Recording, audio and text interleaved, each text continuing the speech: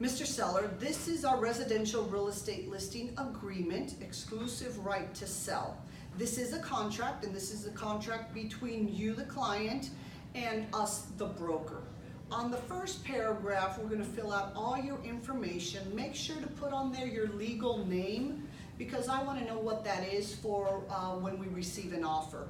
And put down there your wife's information or anybody else who's the actual owner of the property. Then we're going to fill out the broker information. Paragraph 2 is the legal description of the property. I have gotten that legal description from the tax appraisal district, so make sure you look over it and it looks correct. Paragraph B and C are the improvements and accessories. Most sellers don't understand that when they sell their property, the accessories are part of the contract. They are sold with the home. So everything here, paragraph B and C, is everything that you're selling with your property. Now, if you would like to keep any of these items, it's okay, you can keep them. You just need to put them as exclusions, and we need to market the property as these items are exclusion to the sale of the property. Paragraph E is the homeowners association. Does your home belong to a HOA or a mandatory homeowners association? Later on, you'll give me the name of that association along with their phone number. Paragraph 3 is the listing price.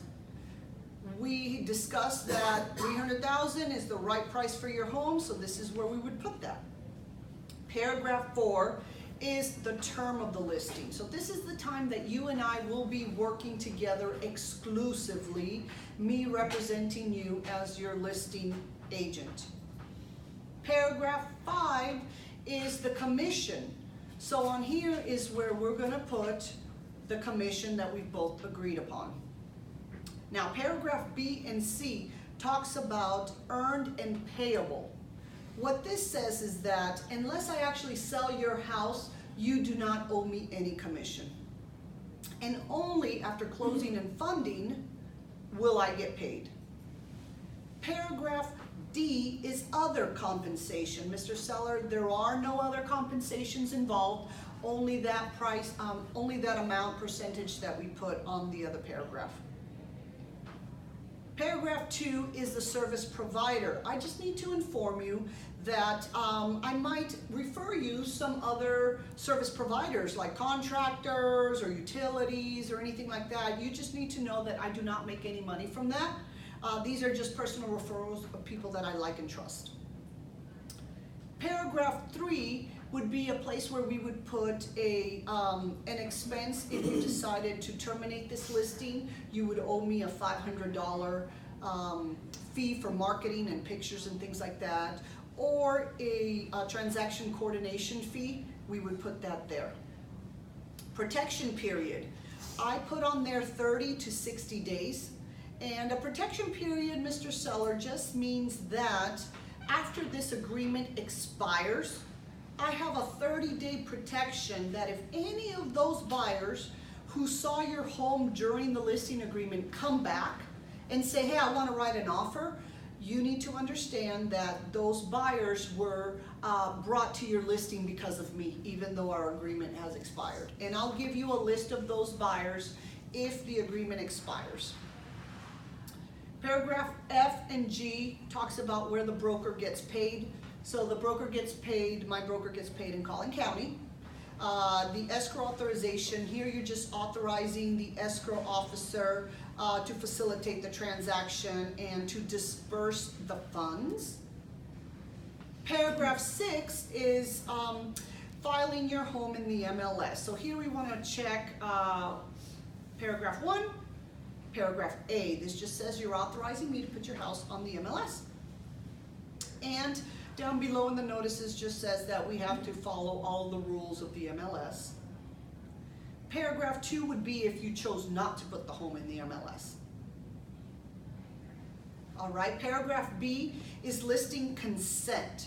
So here is, in this whole section from 1 to 4, we talk about all the things that you are allowing me to do for your home, from photography to marketing to putting on social media to putting it a sign up front to putting it on anything that would get your home sold. Paragraph 7 is access to the property.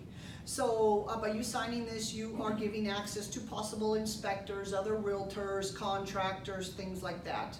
But anyone who enters your property will be licensed in some form or will be accompanied by a licensed professional. Paragraph B is scheduling company. So we use centralized showing service to schedule all your showings. Paragraph C talks about the key box.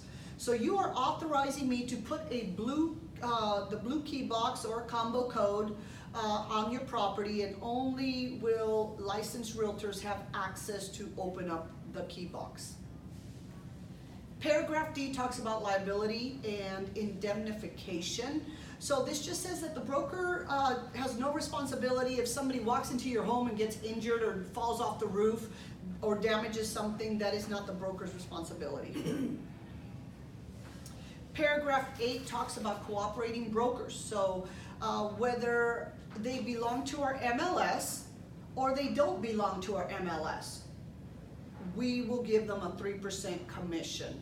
So what that means is the local realtors who bring us a buyer will get paid 3% commission, but also any other broker in the state of Texas or around the world, if they decide to fly into Texas, view your property, we're going to pay them a commission if we get the house sold. Paragraph 9 is intermediary. So this, we're going to check that because this just says that there's going to be a lot of other Keller Williams agents from my office who have the same broker, which would create intermediary, or from different offices, but we're still under the umbrella of the same broker. They do not represent you, they represent the buyer. So it creates an intermediary with appointments, meaning I represent you, the seller, this realtor represents the buyer, and we're both under the same broker. Then next is paragraph 10, confidential information. This just says that anything during and after the listing will remain confidential. Broker's authority. This just says that I will do everything I can to procure the sale of your home. Paragraph C just says the type of financing your home qualifies for. Some homes don't qualify for certain financing due to their condition and their loan requirements. We can go over that and make sure your home qualifies for most of these loans. Let's talk about paragraph 12, which is seller's representation. Mr. Seller, you are going to be working with me, and you are saying that you will exclusively use me, and if you were to find somebody who wants to purchase the property, you cannot sell them behind my back. You cannot sell the home behind my back. You have to still go through me. Even if you procure the buyer, it is still I who's going to handle the transaction. Let's go to paragraph 13, seller's additional promises. So here's where you say you're actually going to work with me because I'm trying to sell your house, and if you're not showing the property, if you're not accessible, if you're not keeping the home in a condition to be safe and sellable, then I won't be able to sell your home. So here it just says that you're going to work with me to get your home sold.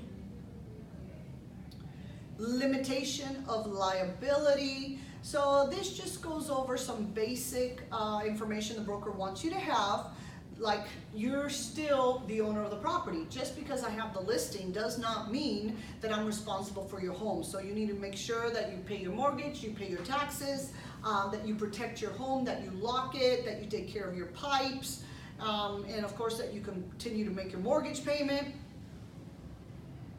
There's nothing to write on special provision. Now let's talk about default, mediation, and attorney's fees. So these 3 paragraphs just discuss that in real estate we try and do everything through mitigation, not litigation. So if there's a dispute about your home, we are first going to try and resolve it through mediation. Paragraph 19 is addenda and other documents. So this just talks about any other documents that are also going to be part of this listing agreement, like the seller's disclosure and the information about broker service. All right, now we're in the paragraph 20. This paragraph just says that this agreement is the only agreement. We have nothing under the table or any other documents that go along with this agreement. Additional notices. So the broker wants you to be aware that we cannot discriminate against any religion, color, sex, or gender, and we have to be fair to any buyer that wants to purchase the property. Here's some other information. If you need advice, consult an attorney. I'm not an attorney. Also, if the house was built before 1978, we need a lead-based addendum. And then paragraph I just says that if you are a foreign person, we have to check one of these boxes, that if you're a foreign person or not, because you're still responsible to pay taxes when we sell your property. The title company will remove what you need to pay for taxes on this home. And lastly, here's where we sign our name and start working together in the sale of your home.